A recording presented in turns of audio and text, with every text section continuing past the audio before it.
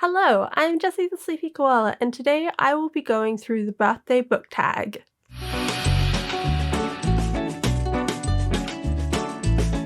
My husband and I drove up to San Francisco. We went to see Golden Gate Park. We went to the Science Museum that's in Golden Gate Park, which is much more of an aquarium than a science museum, but there were like other things there. Like they had a planetarium, which we didn't go see, but we did see the rainforest section. The entire top of the museum was actually a living park as well. So we were able to go up there and see the living park, which looked really cool, but we did think we were going to be able to walk around like you can in a normal park, and that we couldn't do. It was like this little observation deck type thing, but they had these big domes in the museum, so it looked like they were like Hobbit hills on top of the museum, which looked pretty cool.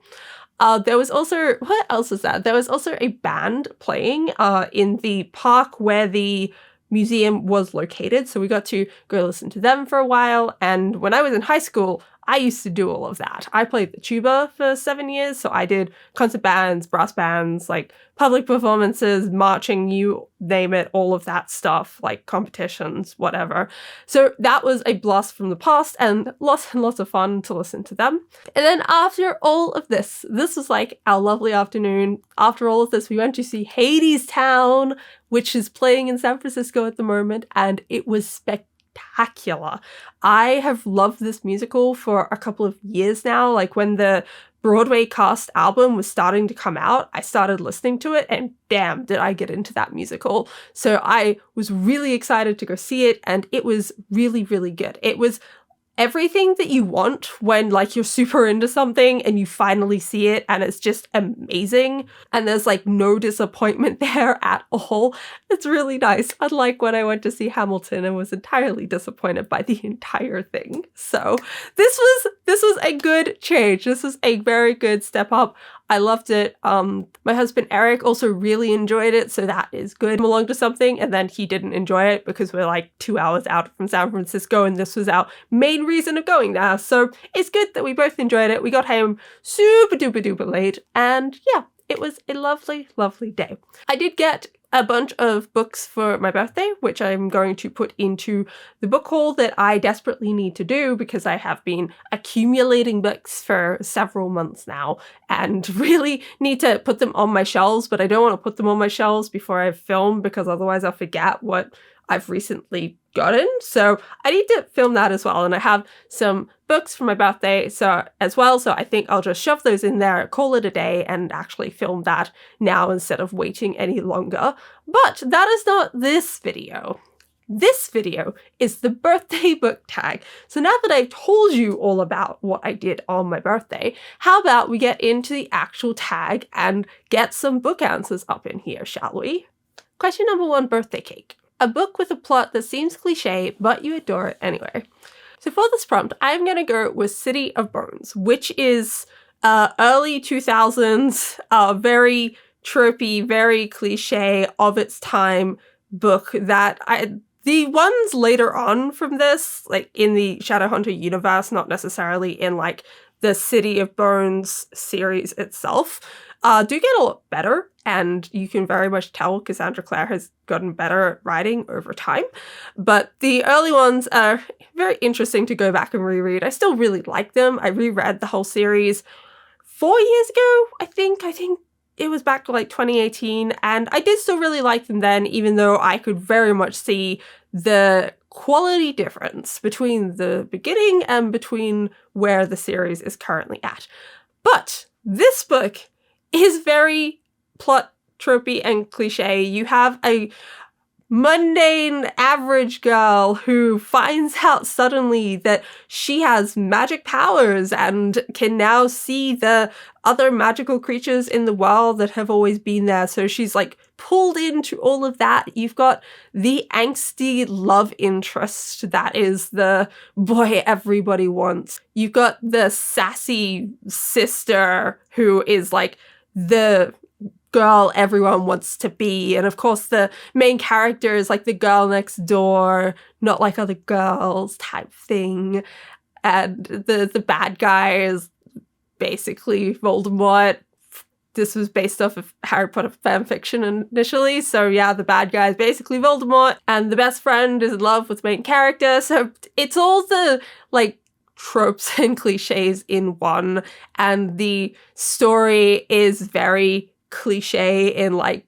Mundane Girl finds her powers, it's like super powerful type thing, but it's lots of fun and I really like it, and I really like it even now. Question number 2, party guests, your most anticipated book release for this year. So this is actually 2 different books. The first one is the most recent Shadowhunters book, Chain of Thorns, which has the most gorgeous cover, and I could not get over it when this was first released. This is so pretty and just fits with the series so well, and I love it so much. But I'm really looking forward to book 3. I really liked book 2 in this series, Chain of Iron. I thought it was some of Cassandra Clare's best writing, and I thought she did a very, very good job with it. So I'm really hoping she sticks the landing, because the last trilogy, the Dark Artifices trilogy, I don't think she stuck the landing. I think the Queen of Air and Darkness book was fine, but it was very messy, and I had a lot of problems with it. And it was just kind of like a little bit of a letdown because it was the final of the trilogy. So I'm hoping this time that isn't the case. This time we're gonna stick the landing and it's gonna be epic and amazing. The other book that I'm really looking forward to this year is also the last book in its series. That is The Lost Metal by Brandon Sanderson, which everybody is bringing up this year as a most anticipated release because it's the last book in the Era 2 Mistborn saga. The covers have just been released, one by Goliath, the UK publisher, one by Tor, the US publisher. Everyone's super excited. It's going to be really good. We haven't had an ending from Brandon in a long time, so it will be very interesting to see how this goes compared to, say, the end of Era 1, which I think was the last series ending he did, because we've got the standalones, we've got the side novels. I guess, like, if you're counting non-Cosmere, but I've only read Skyward, I haven't read the other ones, and I know at least some people really dislike Calamity as a book, so maybe we shouldn't be counting that one. Maybe we should just stick to Cosmere, because his Cosmere endings have been very good. So let's hope for another very good Cosmere series ending, another Mistborn series ending, and yeah, it should be good. That one comes out in November, and, well, actually, I guess Chain of Thorns doesn't come out this year. It was meant to. It was meant to come out this year, but it's been pushed back for reasons that I don't remember, but it should be coming out at the start of 2023. So I guess that one isn't 2022, but Mistborn is definitely 2022. That's November. This year should be a lot of fun. And The Lost Metal is also kind of the kickoff start of the year of Sanderson and all of the secret novels coming out next year, and then Stormlight maybe coming out next year, or maybe coming out March of 2024. Yes, that's how dates work. 2024, because I don't see how he's getting out his secret projects and a Stormlight book in the same year. I think I might also die if he puts out that much content in one year, because I help do stuff with the 17th Shard, and we are gearing up to try and keep up with his content, and it's gonna be interesting to try and do that, let's say. Maybe I'm a bad fan for saying it, but like, I wouldn't be opposed if Stormlight was pushed back to 2024. That would make my life a bit easier. But that is a while away, and first we've got to get through everything else, and to start us off is The Lost Metal this year. That was like really long and rambling for reasons I don't really know. Anyway, come check out Sharkcast on 17 Shard YouTube channel. It's also fun. I'm also on our new rereads podcast, Fan Reads, which is going through Era 1 Mistborn at the moment and Era 2 Mistborn leading up to The Lost Metal. So if you're rereading Mistborn, come read along with us. Come have some good times, some good reread chats about things, and okay, promotion over, promotion done. Question number 3, birthday present. A book that surprised you with how much you love it. Foundry Side. I was gobsmacked by how much I liked this book. Like, I went into it thinking I didn't think I'd dislike it. I was just surprised by how much I did like it. It is very Brandon Sanderson-esque, I find. The magic system is very well defined. It is very intricate. and just like the entire vibe, the whole cast of characters reminds me a lot of Mistborn in a way. So it vibed really well with me. I liked the characters. I really liked the plot. I love a good heist story, so that will always reel me in. But the magic system is just so interesting. I've just started the second book in preparation for the third one that comes out like next week, and I don't feel smart enough for this magic system. It's just so complex, and there's so many logic puzzles and thinking things through in just ways that I don't think that I'm like, okay, the characters are going to do what the characters are going to do, and I'm just going to be along for the ride and try and keep up. Because, yeah, I don't feel smart enough for this magic system. It's really complex and, like, so based in code and logic and just things that I'm not used to working with. But anyway, this book's really good. I'm liking the sequel so far. I'm only like 80 pages in, so I'm not very far into the sequel at this point. But people say good things about the sequel. Everyone's super excited for the third book, so it should be good. I'm looking forward to it. I've read a lot of books recently that I've been disappointed in, so it's nice to have something that I'm actually excited to read. This is a good book. I'm enjoying the second one too. Question number 4, Happy Birthday Song. A book that certainly deserved all the hype. That book would be Project Hail Mary, which I loved. It was such a good book. I've heard so many things about it for so long, except nobody actually like talks about what's in it, which makes a lot of sense. Once you read the book, you're like, oh yeah, you kind of can't talk about a lot of the details because the whole point is that you're discovering it at the time, and knowing the details beforehand kind of like diminishes that. So I'm glad I went in as blind as I did, and it was really good. I highly recommend it. As someone who loves physical reading over audiobooks, I highly recommend the audiobook for this. The narrator just like embodies the main character and does so well at being him and being that character. It didn't feel like I was listening to a book. It felt like I was sitting down at a pub with someone and they were just telling me a story and just telling me of their life. So he does really well. Highly recommend the audiobook, but the book in general is just really good. Question number 5, Happy Music. A book with some very beautiful and truly memorable quotes. Let's go back to Cassandra Clare, shall we? So Lord of Shadows is a book where when I was reading it, I think the second time maybe, I just started writing down quotes from it because there is so many good quotes in this book and in the next book as well, Queen of Air and Darkness, about love and about loss in particular. And I thought that Cassandra Clare did very well at like capturing those things in words that like really resonated with me and spoke to me as a reader, to the point where I mashed together a bunch of them and like kind of tweaked and like smushed them together for my wedding vows and used a lot of the quotes together for that because I am not the best person at coming up with things. So I thought the quotes were really nice and truly beautiful, and I love the writing in this one and in the next one. Interestingly enough, like the next series that have come out but is set in the past, and anyway, the next series that came out, the Last Hours trilogy, I haven't found as many quotes in that one. I have been looking out, but there just haven't been quite as many. There's just like some angsty ass love stuff in this book, so it's good. It's good, I like it. Question 6, Getting Older. A book that you read a long time ago that you think you would appreciate better now that you are older and grown up and all of those things.